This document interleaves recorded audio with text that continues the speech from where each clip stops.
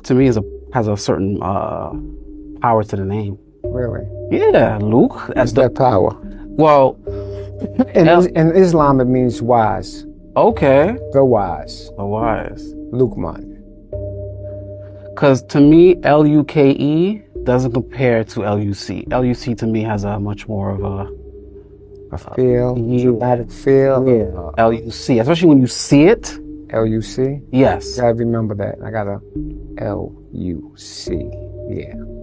Gotta do that. It's kind of like SCE, Second Chance Enterprises. Yeah, Second Chance Enterprises. You coined the name up? How did the name come about?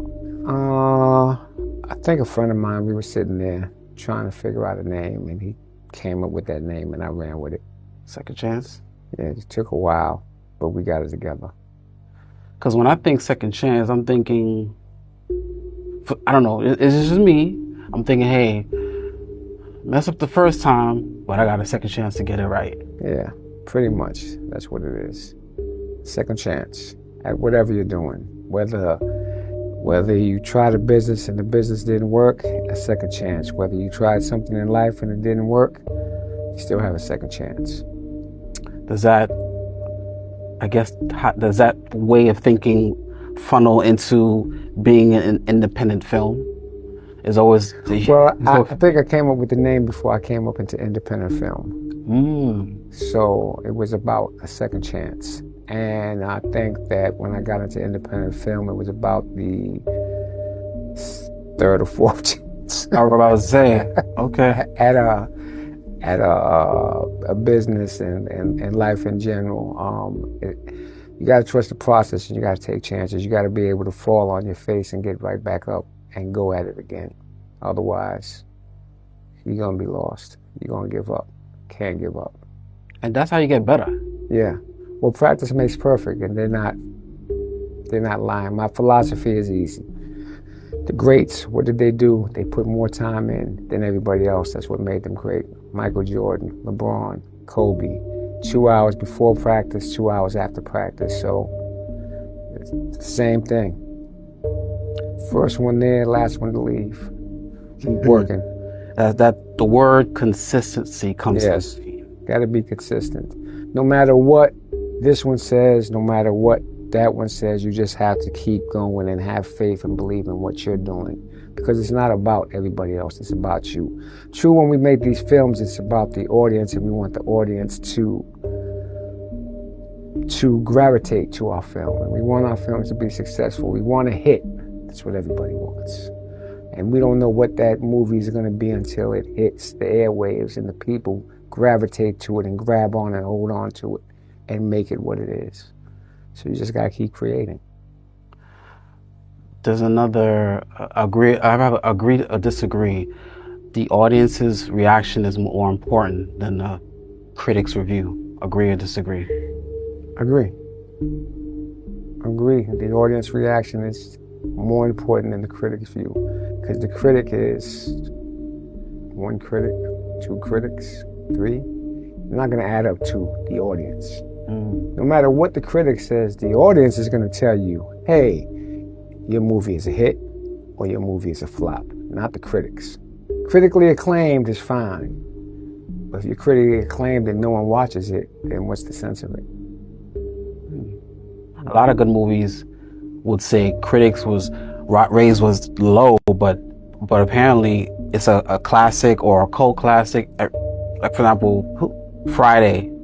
It may not be the critics' review, but every black American is like, for Friday, that's the movie right there. Well, how about this? What makes a critic a critic? The word critique. Basically, it's an opinion. Some people have evolved and they're able to get paid for their opinion, right? Mm-hmm. But guess what? Everybody has an opinion, just like everybody has a. So you gotta just roll with it. So I know the difference between, well, they're pretty much the same. An opinion is just that one gets paid for it and the other one doesn't. It's just watching it just because they just want to see how it is, how it makes it feel.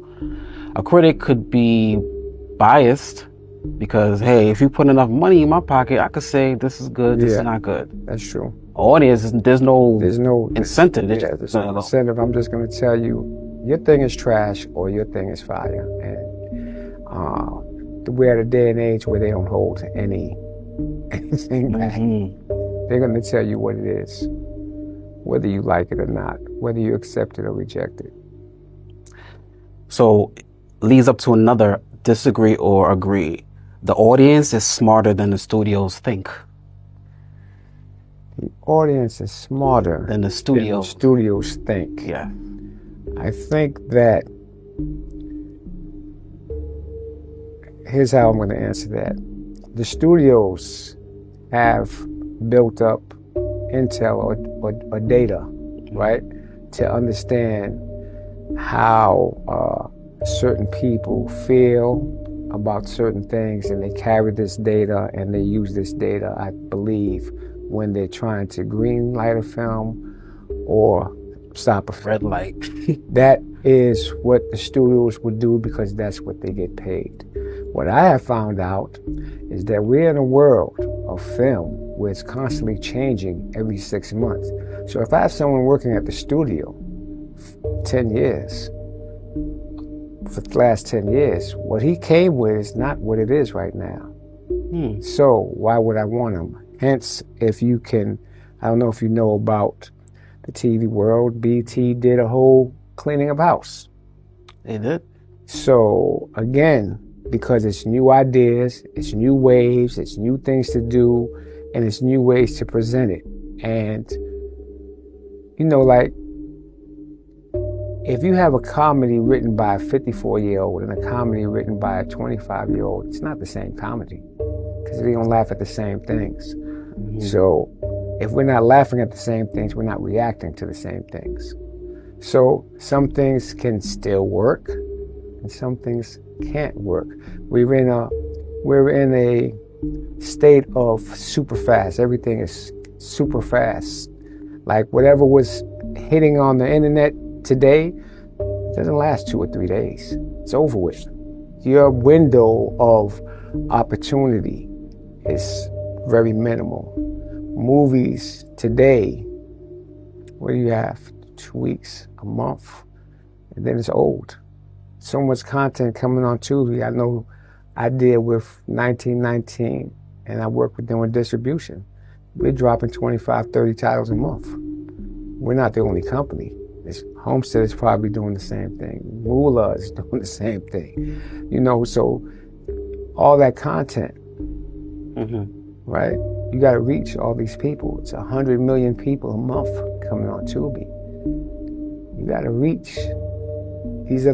I go on the train and I give out flyers.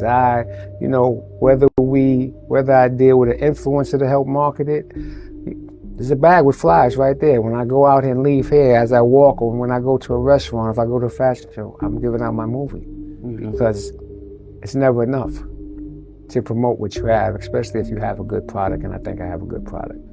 So I move it, I push it. My name is Luc Stephen. Action.